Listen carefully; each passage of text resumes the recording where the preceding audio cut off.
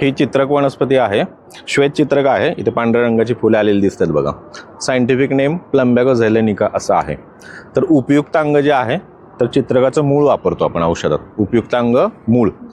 आणि याला अग्नी असं म्हटलं आहे संस्कृतमध्ये, कारण याने अग्निदीपन खूप चांगलं होतं. ज्यांना भूक चांगली लागत नाही आणि अन्नपचन न झाल्यामुळे पोटात गुब्बारा धरतो, पोट फुगतं, गॅसेस होतात, अशा सगळ्यांनी अर्धा चमचा चित्रक मुळाची पावडर सकाळ संध्याकाळ 2 वेळा मधाबरोबर घेतली की अन्न चांगलं पचतं, पोट फुगणं कमी होतं, शौचाला साफ होते.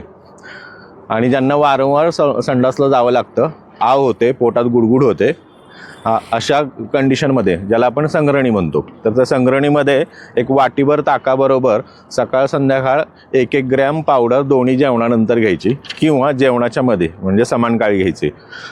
त्याचबरोबर मूळव्याधीचं हे खूप मोठं औषध आहे. मूळव्याधीमध्ये पण सकाळ संध्याकाळ 1-1 ग्रॅम पावडर ताकाबरोबर घ्यायची.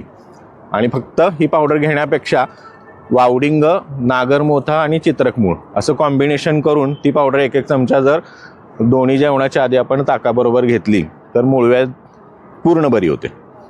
ज्यांना अंगावर कोड उठतो, ज्याला आपण संस्कृतमध्ये श्वित्र म्हणतो, तर त्या श्वित्रावर चित्रकाचं मूळ दुधात उगाळून लावलं की त्या ठिकाणी फोड येतात आणि मग फोड जाऊन नंतर त्वचेचा नॉर्मल रंग येतो. हिपॅटोमेगॅलीमध्ये पण चित्रक, वावडिंग आणि नागरमोथा असं कॉम्बिनेशन जे आहे ते सकाळ संध्याकाळ 2 वेळा मधाबरोबर घेतलं की हिपॅटोमेगॅलीमध्ये चांगला गुण येतो.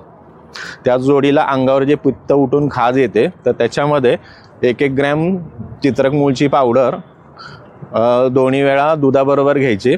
आणि अशा पेशंटना फक्त दूध भातावर ठेवायचं. तिखट, तेलकट, आंबवलेले पदार्थ हे त्यांचे पूर्ण वर्ज्य करायचे. आणि दुसरा अजून एक छान याचा उपयोग आहे चित्रक मूळचा, तर चित्रक मूळ पावडर आणि मीठ, तर हे देशी दारूमध्ये मिक्स करून गुडघ्यांवर लावलं की सांधेदुखी आणि सांध्याची सूज जाते जादू केल्यासारखी. तर हे एक छान उपयोग होतो सांधेदुखीसाठी.